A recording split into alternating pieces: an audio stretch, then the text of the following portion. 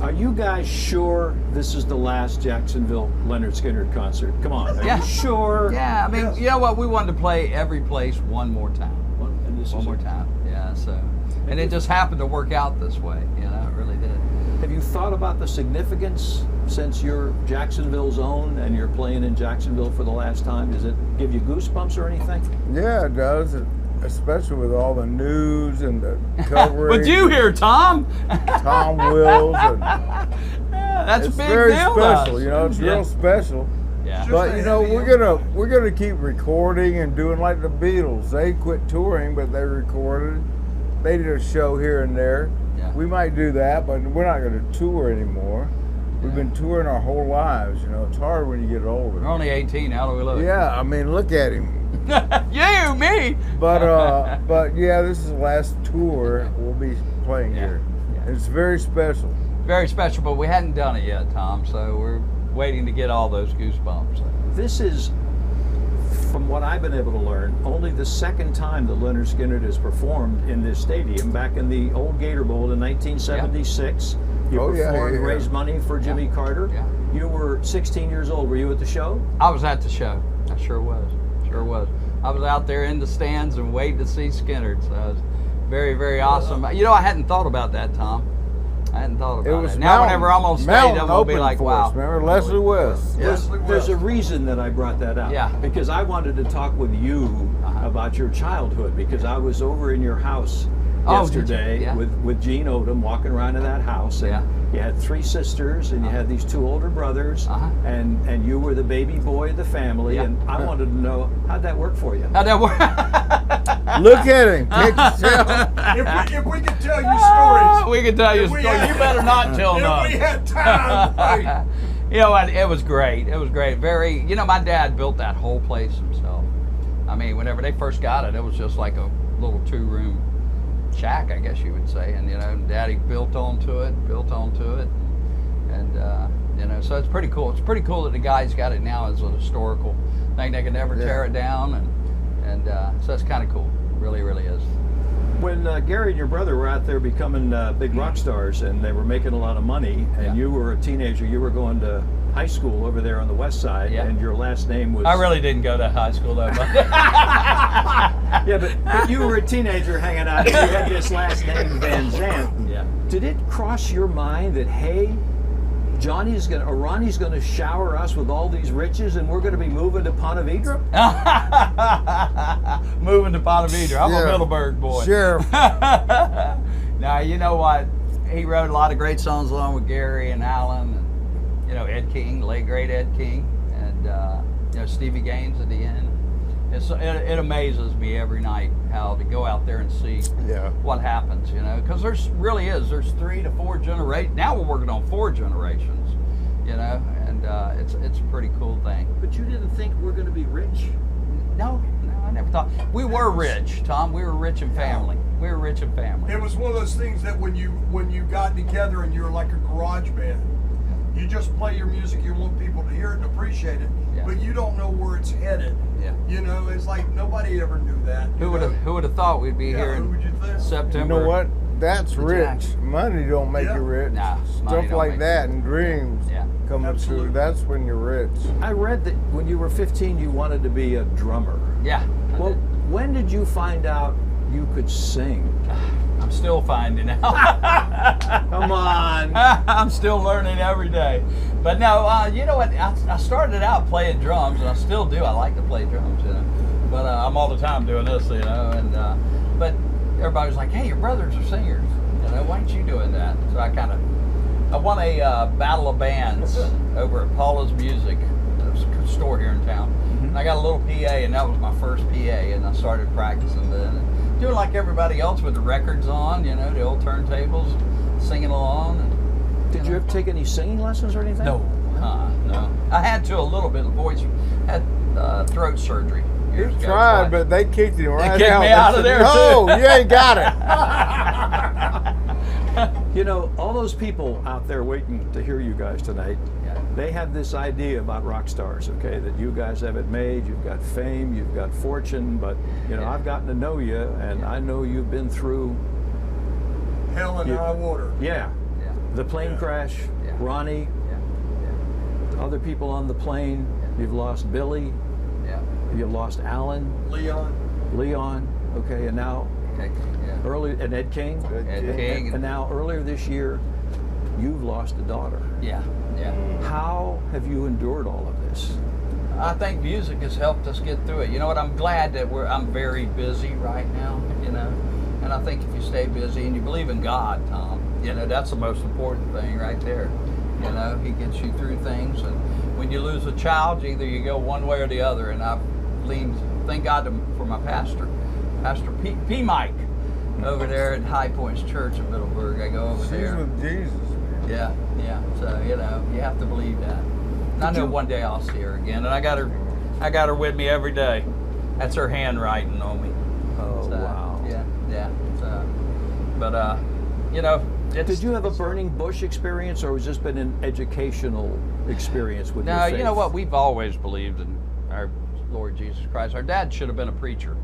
Because he knew the Bible back and forth. He would set us all down. I know Gary heard Lacey all the time preaching. Man. Yeah, and he preached to us, told us what not to do and what to do. He could actually quote scripture just like that. Yeah, just like that. Wow.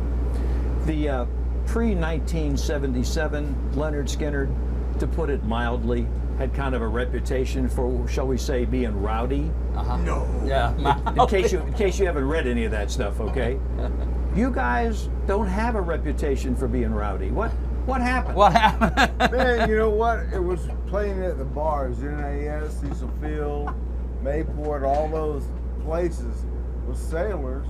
We'd get in fight. We had long hair. We'd play Yardbirds and the Stones. They wanted to dance and knock on wood, all that. Now, what does a sailor want to do besides be with a woman? Fight. So every night we went out, they wanted to fight us. And we didn't take a lot of stuff because we fight back. So hippies fighting back, freak them out. They run from us. And growing up on the west side, you didn't live on the west side of Jacksonville, Florida without throwing a few punches. Yeah. That's right. Yeah. Amen. Yeah. But you're a bunch of clean livers? Yeah. You have to be. You know what? You can't do what the heck we do and party like that. I had a friend, it was funny, a friend said, I want some after show party passes. I said, after show, when we're down here in Jacksonville, we're going to bed. It's so funny to have people ask you, oh man, what do y'all do after the show? Do y'all just raise cane and you drink and everything? I go, Oreo cookies and milk. You see us, we're on the bus, right? Geritol I got a bunk back there with my name on it. Bumps and everything, there you go. Ricky, not much is known about your private life.